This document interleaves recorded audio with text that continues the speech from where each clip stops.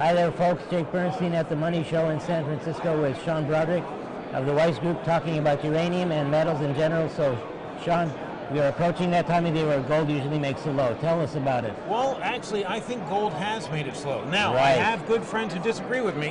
One guy's calling 1122. That's his low. But I think we saw the low last week. Now, I agree with you. I might be wrong, but I'm starting to move my subscribers into more gold and silver miners. As good as gold looks, silver looks more explosive because silver is the drama queen of precious metals. When gold is up, silver takes off.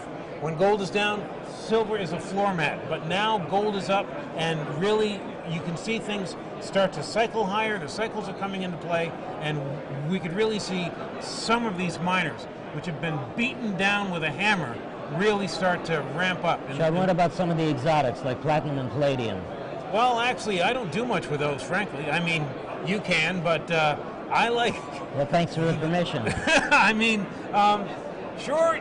I mean, if you want to do platinum and palladium, that's fine. Certainly, with palladium, that's an industrial play, really, right? I mean, that's used for catalytic converters. It's been the only bull market in metals. Well, only boom, well, yeah, except for the bull market in cobalt, which is another energy metal we've been talking about, and the bull market in lithium. I also do energy metals as well.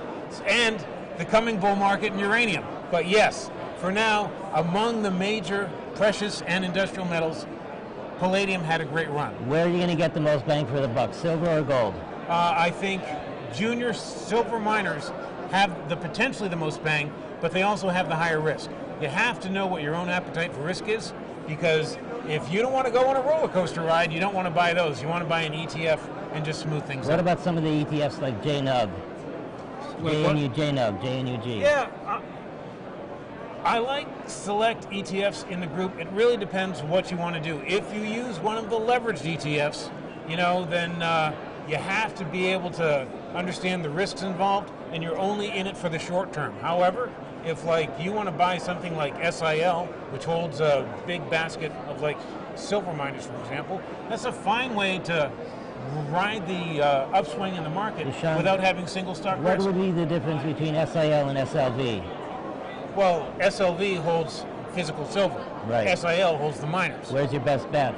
SIL, absolutely. Mm-hmm. Now, it doesn't have to be that way, but it would be very unusual for silver to go higher without the miners, which are leveraged to the metal, outperforming it. Because they're leveraged, as the price goes higher, their profit margins can widen, and if they didn't make a profit at a lower price, they can finally make a profit at a higher price, and that's why they can really outperform. Sean, where can people reach you? They can reach me at EdelsenInstitute.com. That's where I have a free column, runs 3 times a week.